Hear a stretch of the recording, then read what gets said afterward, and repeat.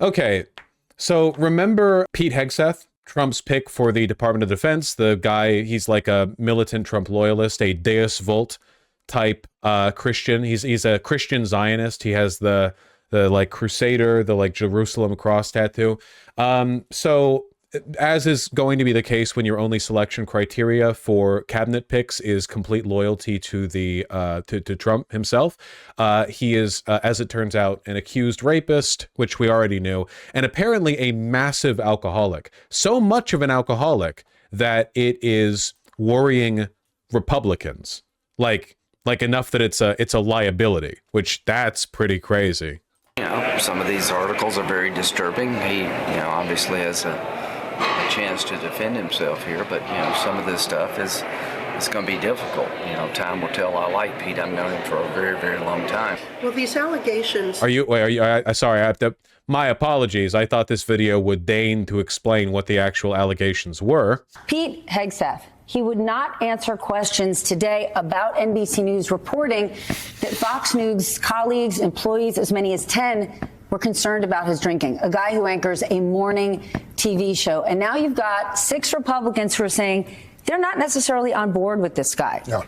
Nomination's in trouble. Do you have any idea how much of an alcoholic you have to be for it to be an issue with your confirmation from Republicans? This is like Matt Gaetz has to be such a creep to be disliked as much as he is by other House Republicans, And look, I saw a non-active Marine shortly after this name was mentioned.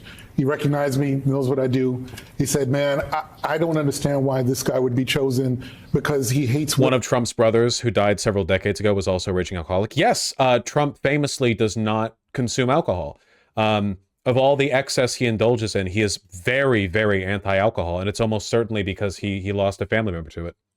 So much that there are so many rank and file women and folks of color in the military that are not going to move beyond a certain point. There's going to be so much, there's going to be such low morale with him leading that this is going to be a huge problem. And I don't know why I picked MSNBC. I'm sorry. A number of top Trump picks on Capitol Hill today as they prepare for their upcoming confirmation fights. And while covering the Trump transition for us in West Palm Beach, Florida, Caitlin, we're just learning that the Trump team has signed a memorandum of understanding with the U.S. Justice Department, which means that Trump's nominees, including those on the Hill today, will start undergoing background checks. Tell us more. Can I just get a news article that talks immediately about the Hegseth alcoholism stuff without a roundtable? Literally just I don't want to read from an article. It's breaking news. There's a million videos on it. I just want to look directly at it. AI summary. Yeah. No. Mr. Hegseth, how do you respond to the New Yorker article about you today? You misspent funds, mistreated women, were intoxicated on the job. Do you have any comment about that reporting at all? Hey guys, not any questions. A bunch of guys, kids. Any comment about that reporting? Well, I hate to say they were 18, so they could be there. Decided we meet with Coach. Appreciate the opportunity to talk to senators today. It's a great process. I respect it, and I look forward to it. I'm glad y'all found my office.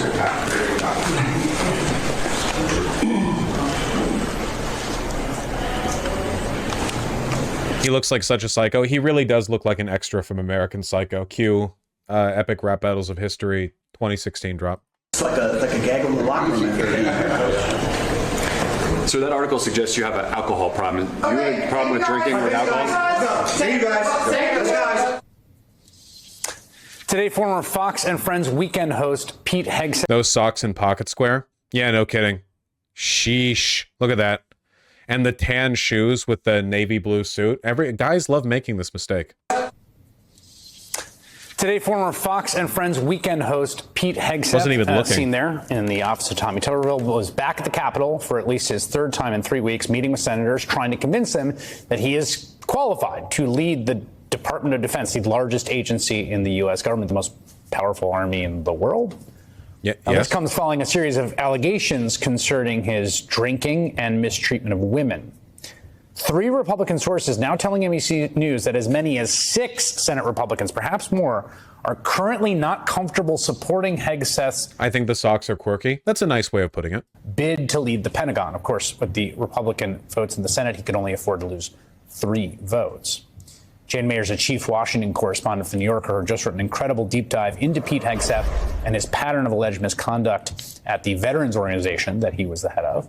Jeff Charlotte's an author and journalist who wrote about Hegseth's extremism for religion dispatches, and they both join me now. It's great to have you both on. You've both been doing great reporting on this. Jane, let me just start with you. Yeah, Hegseth is the guy who was not allowed to participate at, what was it, Biden's inauguration? The 20th of January, 2021, because he was deemed an extremist by his superiors. There were, the early reporting from the Washington Post about an allegation of sexual assault by a woman that Hegseth paid and had signed an NDA. He says they had a consensual sexual encounter and denies sexual assault on his part. Yeah, the rape accusation against him comes from the wife of a Republican at a Republican convention. So there's no worming out of it with the well, this is woke media trying to undermine. This is from years ago. He was at a Republican convention and he allegedly raped the wife of a participant. And I think you could say, well, we don't know the truth of that. That's obviously a very serious allegation, but it doesn't directly speak to what kind of, say, manager he would be or how he would do it running an organization. In the case of the reporting you did, you basically show a lot of concerns from a bunch of people associated with the veterans organization he ran with his management and particularly around women and alcohol. That's right. I mean, and the allegations just keep piling up, really. It really is interesting to be reminded why people don't watch MSNBC.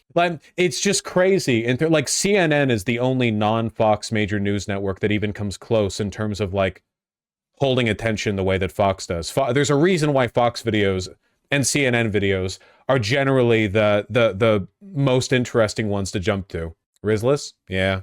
President-elect Trump's pick for Defense Secretary Pete Hegseth facing growing skepticism of his chances for confirmation amid damaging news reports. Do you need to address the questions about your character that have been raised in some of these reports? And now, 10 current and former Fox News employees who worked with Hegseth, who hosted one of the network's morning shows, telling NBC News that he drank in ways that concern them.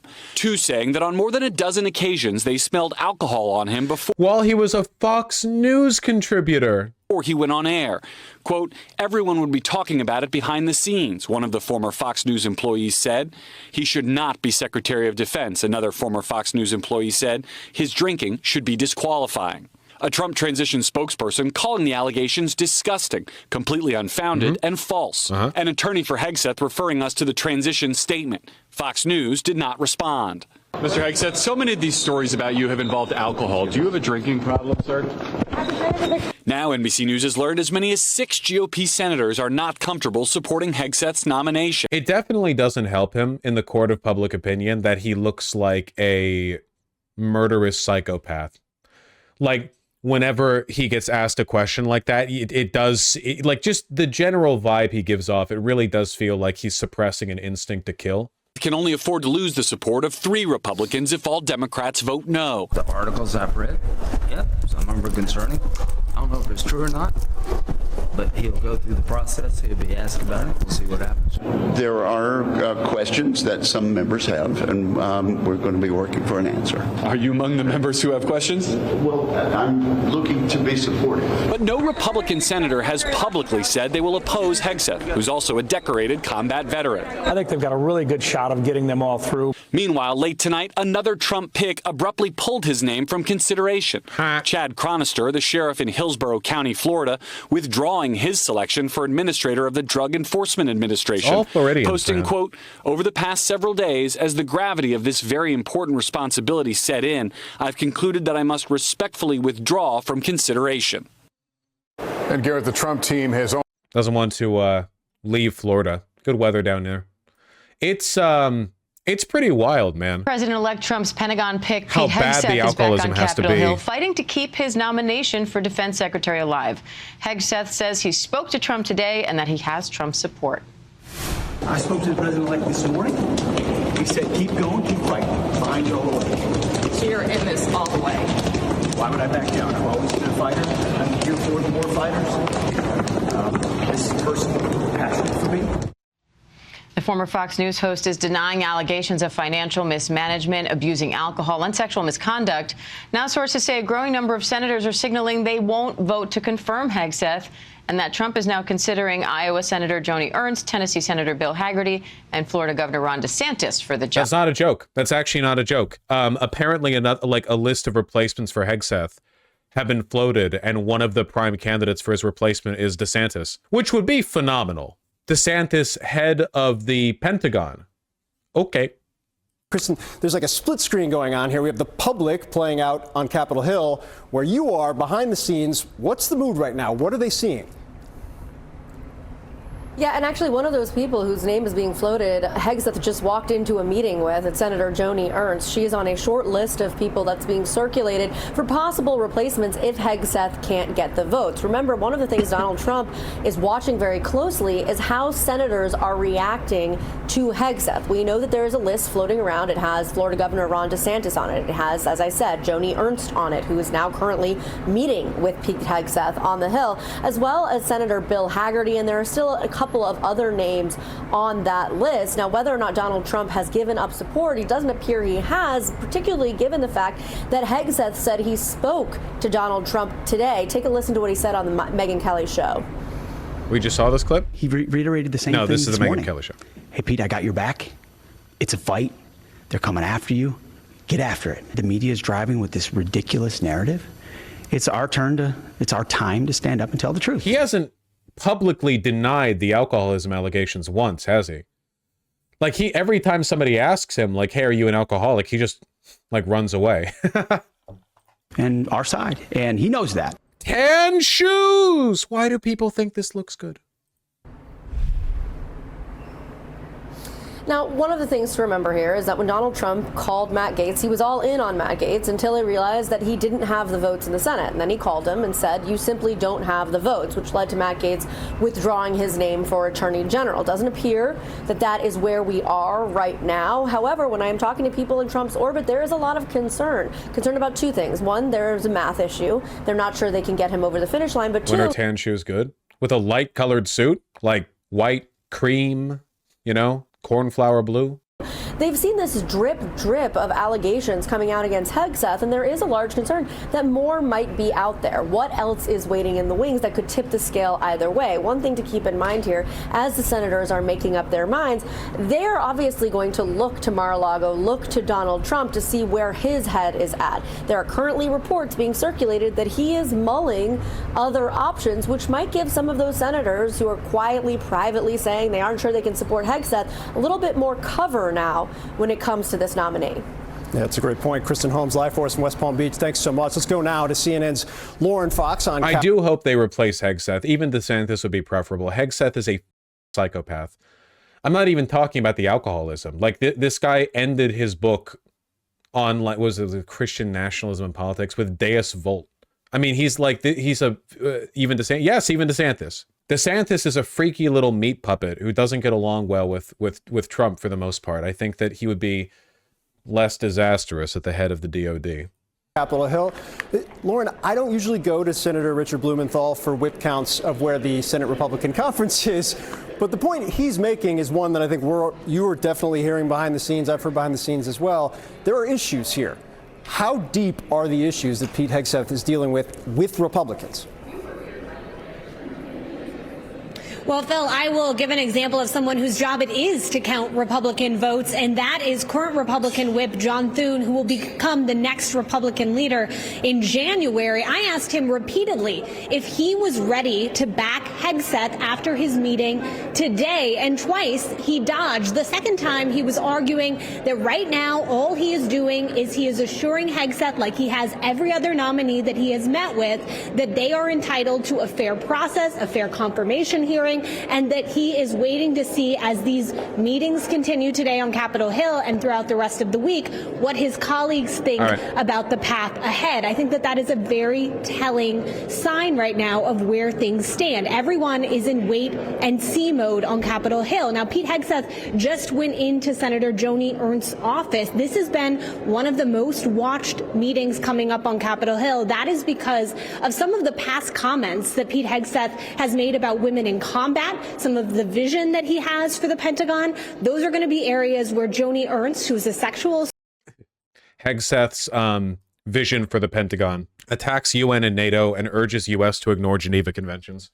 says, if you love America, you should love Israel. Hey, neo-Nazis who love Hegseth because he's like a handsome-looking psychopath who says Deus Vult. Or any like ideological contradictions that you'd like to resolve here? I mean, why are all of your and Trump's picks Israel first? Assault survivor is going to be drilling down to understand whether or not she can actually back Hegseth. Someone else who met with Hegseth yesterday is the senator from West Virginia, Shelley Moore Capito. When I asked her if she was ready to back Hegseth after her meeting, she said that she was still working through the process. So what you're hearing right now is a lot of Republicans who are not ready at this moment to throw their weight behind the nominee that Trump has selected to lead the Pentagon. Phil, Senator Ernst has really led on that issue on Capitol Hill, also being floated as a potential replacement if Hegseth should fail. Lauren Fox, thanks so much from Capitol Hill. Brianna? We have Democratic. As soon as they're talking about your replacement, you know, you're already in a pretty bad position. This morning, as Pentagon pick Pete Hegseth's nomination struggles, President-elect Trump is mulling other options. Two sources familiar with the decision-making tell NBC News Trump is considering Florida governor and former GOP rival Ron DeSantis as a possible replacement, as well as Iowa Senator Joni Ernst, among others. Both DeSantis and the Trump transition team did not respond to our request for comment. But Hegseth's nomination appears to be in trouble. Multiple Republican sources tell NBC News that as many as 6 Senate Republicans are mostly repeating the same information at this point. We'll see how it all plays out. This is like a minute-by-minute thing, you know? I've read somewhere that Trump is using these clown picks as merely testing waters to see how far the GOP will let him loose. Maybe, but I really don't know how much, like, broader planning is going on here. I really do feel like I don't think that Trump is smart enough to engage with the process in that way, especially since I think it makes him look pretty bad, you know, to have his pick shot down like this, you know? I think he really did just choose, because it is ultimately up to him, you know? Like the Matt Gaetz thing was an embarrassment. That didn't play out to his favor at all, I don't think. Have we looked at this? Hegseth's mom says he's a monster. So Hegseth's mom called him an abuser of women. Like Hegseth's mom, his mother, wrote an email basically calling him a monster. And then she went on Fox and Friends to say, don't look at that email.